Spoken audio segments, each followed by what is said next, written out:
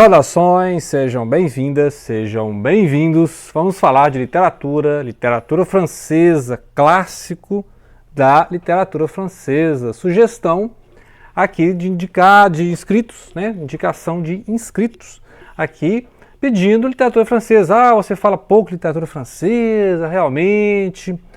Abordo pouco a literatura francesa, prometo que eu falarei mais da literatura francesa. Você fala muito da literatura brasileira, gosto da literatura brasileira. Você fala muito da literatura norte-americana, gosto, sou fã de literatura estadunidense, mas com certeza vamos voltar alguns holofotes sobre literatura francesa. Inclusive, quando eu falei dos 80 anos do Pequeno Príncipe, eu fiz um en passant da literatura francesa. Fez um pequeno resumo, o pessoal falou que eu enrolei muito, mas o que eu fiz é o seguinte, olha, primeiro livro que eu li da literatura francesa, O Pequeno Príncipe, e é um dos clássicos, né? Um dos livros mais vendidos, mais divulgados da literatura francesa. Então nós vamos fazer novamente um en passant até chegar aqui no Stendhal, Henri-Marie Belle, né? Que vai falar do período ali da restauração, logo após a queda do Império Napoleônico, né? Depois de 1815, então vai ter o Congresso de Viena, a monarquia vai voltar ao poder, etc. Então nós vamos chegar aqui na figura do Julien Sorel. Julien Sorel, ele é um plebeu, né? É um nobre, é um plebeu, e ele é um cara muito ambicioso, ele quer subir as classes sociais. E aí ele vai o quê? Ele vai fazer o quê? Ele vai ser, né, um preceptor de uma família pequena nobreza e depois vai se tornar também o secretário de uma família nobre, né? Então, é o Julien Sorel, de baixo nascimento, podemos dizer assim, né? Porque lembrar que nós estamos na época em que há uma restauração da monarquia e para os monarquistas, para os nobres, importa o nascimento e não o mérito, né? Como seria o caso da sociedade burguesa, liberal, em que você ser inteligente, estrategista, né? Igual o Napoleão, que é o ídolo aqui do Julien Sorel. Mas quem será Napoleão? Como é que nós vamos chegar até Napoleão? Bem, vamos fazer aquele en passant da literatura francesa. Nós falamos da Idade Média, tinha aquela figura do François Villon, né? Que era uma espécie de Bocage, uma espécie de Gregório de Matos, Boca do Inferno, né? Não pela época, né? Porque é diferente, mas pela linguagem, pela audácia, pela rebeldia. E depois vieram, né, os grandes clássicos, né, o Ronsard, né, que vem com a questão do classicismo, né, tipo um Camões. E você tem os pensadores, Montaigne, Pascal, La Boétie, né? Depois você tem o Descartes, René Descartes, esses lá no século XVI, XVII. E é uma época também que tinha quem? Tinha lá o La Fontaine, as fábulas de La Fontaine, nós já falamos em outros vídeos, La Fontaine. Interessantes as fábulas, aqui com ilustração do Gustave Doré, né? Gustave Doré, que no final do século XIX. Então, e tinha também aqueles teatrólogos, dramaturgos, né? Os dramaturgos do século XVII, 1600 e quebrada, né? Aí você tem o Corneille, você tem o Racine, você tem o Molière, né? Que foram muito famosos, assim, que inclusive o pessoal até esqueceu o Shakespeare, né? O Shakespeare só foi lembrado lá quase romantismo, com os alemães, né? Lembraram do Shakespeare, o Shakespeare, mas antes era só o Racine, o Corneille e o Molière. E aí depois você vai tendo, né, as figuras até chegar ao Iluminismo. Iluminismo meados do século XVIII, aí você vai ter Rousseau, Montesquieu, Voltaire, e Voltaire vai lançar um desses clássicos da literatura francesa, que é o Cândido, né? Cândido ou Otimismo. Já escrevi sobre esse livro no meu Cânone Ocidental. E aí vai ter, depois do Voltaire, vai ter ali a transição para na época da Revolução Francesa, que é a história da literatura francesa, a história da França é dividida, né? Você tem a Idade Média, aí depois tem um período até a Revolução Francesa e depois a Revolução Francesa até hoje, né?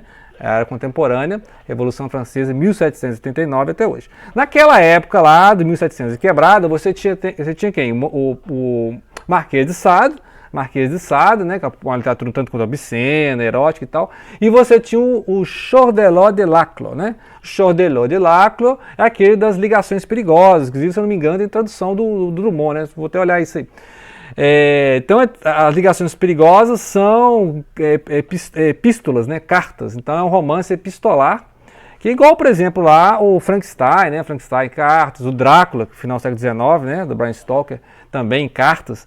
Então tinha toda essa literatura em cartas, né? Fazia maior sucesso. Então você tinha essa transição e aí vai chegar no Stendhal. A Stendhal já vai ser pós-Napoleão, né? Vai ter a restauração dos monarquistas vão voltar, depois da queda de Napoleão, que foi derrotado por quem? Pelos britânicos, pelos prussianos, né? Não tinha Alemanha na época, então os prussianos, norte da Alemanha, inclusive foram os prussianos que fizeram o processo de unificação da Alemanha, né? Derrotando os austríacos. Então, né, tem essa história da Alemanha, a gente vai ver isso aí. E aí, no caso aqui do Napoleão, ele era odiado, né, no resto da Europa, ele era um monstro da Europa, porque se ele é um herói nacional francês, no resto da Europa ele era um invasor, né? Então, o Império Napoleônico, que o Napoleão tinha um pouco disso, né? Ele tinha um desprezo com relação aos monarcas, inclusive ele foi um general da República, que surgiu depois da Revolução Francesa, ou seja, um regime republicano. No entanto, ele ficava ali, pessoal, se eu chegar ao poder, nós vamos ter que ser um império, né? Uma nova nobreza, né? Porque ao mesmo tempo que ele queria eliminar os nobres, né, podemos dizer assim, poder dos nobres, ele tinha aquela ideia de ascensão, né? O mérito, né? O grande herói burguês que seria o Napoleão, né? Então ele deu o golpe na Revolução, virou imperador e falou: agora vamos nos portar, né? Vamos ser dignos igual aos nobres, né? Vamos ter gestos nobres, etc. Aí a nova nobreza, né? Que durou até essa época aqui da Restauração. Só que ele é esse personagem, esse anti-herói, que é assim um ídolo para o Julian de Sorel, que é esse cara estrategista. Inclusive vai perceber que a parte do militarismo caiu e aí ele vai ir para o lado dos clérigos, né? Ele vai ser um preceptor, ele vai ser um educador, mas passando pelo seminário. Então ele vai largar o vermelho, ou seja, da farda, da guerra, né? Para assumir o negro, né? O noir, né? Le rouge et le noir. Então ele vai trocar o vermelho pelo negro. O negro, no caso, a batina, né? Ele vai, então, através do intelecto, né? Os padres, né? Eram letrados, então eles eram secretários. Muitos nobres não tinham a erudição que os padres tinham, né? Porque eles estudavam grego, latim, etc. Né? Então é nesse ponto que vai entrar. Depois do Stendhal, vai ter, com certeza, nós vamos falar do Les Misérables, do Victor Hugo. Essa aqui é uma adaptação, né? Não temos aqui o Misérables, são 3 volumes, né? Então é interessante a gente analisar depois aqui o Victor Hugo, que também fez o Corcunda de Notre Dame, Os Trabalhadores do Mar, né? E depois vai vir ali o Dumas, né? O Dumas, que vai ser ainda um romântico. O Balzac, né? Comédia humana. Comédia humana que não é um romance, a pessoa fala assim, comédia humana é um romance. Não, comédia humana é um conjunto de romances, é um ciclo de romances que o Balzac foi fazendo separado, depois ele foi juntando, né? E fez uma série chamada Comédia Humana. Então, depois do Balzac, você tem o quê? Você tem o Flaubert, que a gente já leu, né? Madame Bovary. Madame Bovary, nós já lemos aqui umas coisas, né? Assim como nós falamos também da Ana Karenina, Tolstói, que também dialoga com isso aqui, né? Interessante, o Tolstói está ali com a Ana Karenina e com o Guerra e Paz, justamente dialogando com essa França aqui, ó, do Napoleão, né? Outro livro do Flaubert, né? Gótica, que é os contos mais noir, né? Mas interessante que o Guerra e Paz e o Ana Karenina vai falar dessa nobreza, porque aconteceu o seguinte, que o Napoleão perdeu, né, o Império, teve a restauração, os nobres voltaram, e o fato de Napoleão invadir a Rússia e não derrotar o Império czarista, deu mais força aos czaristas, né, que continuaram absolutistas, e aí o pessoal fala assim, nós os monarcas salvamos a Rússia do Napoleão, aquele monstro Napoleão, né, e aí vai mostrar lá os nobres, na Ana Karenina, no Guerra e Paz, que são aquelas guerras entre os russos e os franceses, o exército de Napoleão, né. Muito bem, aí vai passar ali a época do Flaubert, do Charles Baudelaire, que a gente já falamos, né? Vai passar a época do Émile Zola, o Huysmans, aí vai ter o Rimbaud, né? Vai ter o Paul Verlaine, vai ter o Mallarmé, Corbière, Lautréamont, e vai ter também a ficção científica, começando com Júlio Verne, né? Volta ao Mundo em 80 Dias. E aí nós passamos para o Proust, né? Claro que na época do Proust tem outros, né? Tinha lá o Anatole France, tinha o André Gide, né? Então, o Proust também a gente vai ler Em Busca do Tempo Perdido, com certeza vamos começar lá para julho, né? Lá para julho nós temos que ler o Ana Karenina, né? Não podemos esquecer da Ana Karenina e os irmãos Karamazov. E aí chegamos no Pequeno Príncipe, que nós falamos do Pequeno Príncipe, com certeza nós falamos do Pequeno Príncipe, 80 anos do Pequeno Príncipe, e depois vamos falar de outras obras, né? Francesas, por exemplo. O Maurice Druon, que é aquele dos Reis Malditos, né? A série dos Reis Malditos, e esse aqui é mais na praia do Pequeno Príncipe, Menino do Dedo Verde, né? E também o Georges Arnaud, né? É um pouco antes daquela novela romã, né? O Nouveau Roman, que aí vai ter a Nathalie Sorrot, né? A Nathalie Sorrot. E esse aqui ainda a linha ali, antes, aí vai ter o Perrec, né? O Jorge Perrec, até chegar ao Michel Houellebecq, que é hoje né? A literatura francesa, a literatura francesa. Então esse é um pequeno painel de literatura francesa. Claro que eu deixei um monte de gente fora, o Camus eu já falei, Sartre eu já falei, Simone de Beauvoir, clássico, né? O próprio Saint-Exupéry, que é o Pequeno Príncipe. Então, você tem um monte de autores da França. Vou retornar, né? Essa lista dos clássicos franceses, mas o que a gente precisa saber para ler hoje, né, que eu vou dedicar uns 3 vídeos ao Vermelho e Negro, é saber basicamente a época, né, e entender, situar-se historicamente na França, pós-Napoleão, mas a obra não é só um romance histórico, aí que está a grande pegada, ele está ali entre o romantismo e o realismo, fazendo quase um pré-realismo, né, junto com Balzac, né, porque... o Dumas ainda é romântico, né? O Alexandre Dumas, Os Três Mosqueteiros, né? Então ainda é romântico, mas com o Flaubert, 1850, quebrados, aí já vem o realismo, né? Já vem o simbolismo com Charles Baudelaire e tal. Mas aqui nós estamos na transição do romantismo para o realismo, e o Stendhal faz uma obra psicológica, inclusive reconhecida, né? Pelo Dostoiévski, pelo Friedrich Nietzsche, que é uma obra psicológica, porque ele vai analisar. Assim como os românticos um pouco disso também, né? De analisar o mundo pela perspectiva do indivíduo, né?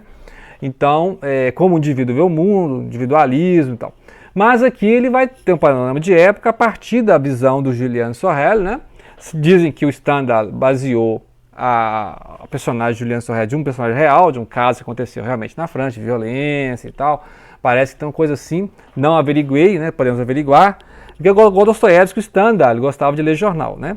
E o Stendhal também é muito famoso porque ele gosta da Itália, né? Então tem algumas coisas assim sobre Itália, né? Ele é igual o Goethe, assim, gostava muito de Itália. E ele é famoso também pelo Cartucho de Parma, né? O Stendhal escreveu o Cartucho de Parma, que é aquela cena do cara que atravessa lá o Waterloo, campo de batalha, e não sabe que está em plena guerra, né? Então o cara que atravessa o Waterloo, que foi a batalha que derrotou Napoleão, né? A derrota do Napoleão para os prussianos e para os britânicos. E aí acabou o Império Napoleônico, né? E aí começou a Era da Restauração. Então o Stendhal está ali, ó, 1830, né? 1839, 1840, e aí já está ali surgindo o Balzac e depois o Flaubert, né? Então, ou seja, a história da literatura francesa se confunde com a história da história francesa mesmo. Você tem que conhecer a história francesa, por mais complicada que seja, ainda mais a história francesa do século XIX, né? É monarquia, é revolução, 1830, 1848, depois vai ter a Guerra Franco-Prussiana, Comune de Paris, e aí os franceses só vão ter descanso naquela bela época, né? A Belle Époque vai ser 1870 a 1914, e aí 14, 18 tem a Primeira Grande Guerra. Então, ou seja, os franceses não têm sossego, né? A não ser esse período aí, que é a época do Júlio Verne, né? De 1870 até 1914, que é a época do Proust, Anatole France e tal. Esse pessoal vai ter essa época de sossego, né? Vai ter um pouco de sossego, Moulin Rouge, né? Um pouco de diversão, alta burguesia, vai ter o Zola, o Maupassant, né? Deixando suas obras, naturalismo, realismo. Mas depois virá, né? Com o Proust, depois a ascensão da Alemanha, e a Alemanha novamente vai levar a Europa a uma guerra civil, que vai ser a Primeira Guerra Mundial, né? Então, ou seja, é importante saber história. Então nós estamos situando basicamente isso. Mas o Julian Sorel, num livro que é dividido em 2 partes, né? 2 partes, ele é um plebeu, mas ele vai estudar, ele vai ter uma cultura, né? Ele é muito inteligente, ele é estrategista, né? Ele queria ser militar, mas virou padre, já pra você ver.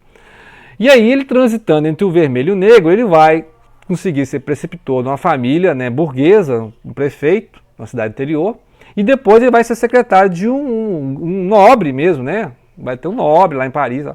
E aí ele vai fazer a ascensão social e a gente vai ver essas aventuras e desventuras do Julian Sorel, com uma análise bem psicológica, o narrador que nos joga na história, mas também na psicologia dos personagens. Tem que analisar as paixões, né, os ciúmes, as traições.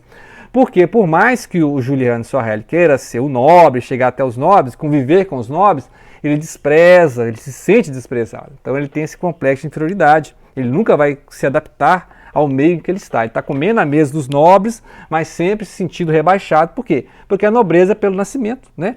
Enquanto que a burguesia é pelo merecimento, pela meritocracia, né? A ideia liberal da meritocracia. E o Stendhal é esse liberal, né? Ele é o parlamentarista, né? Então ele é essa figura ambígua, porque ora o Napoleão parece herói, ora o Napoleão parece um monstro, mas o que o Stendhal não queria era a volta do absolutismo, né? Ou seja, o Stendhal queria, se vai ter monarquia, que seja uma monarquia, pelo menos parlamentarista, uma monarquia controlada, né? E não uma monarquia absolutista, né? Acho que é basicamente isso a primeira parte. E eu aguardo os próximos vídeos, nos 3 vídeos, né, sobre o vermelho e o negro. Obrigado pela atenção, não deixem de compartilhar.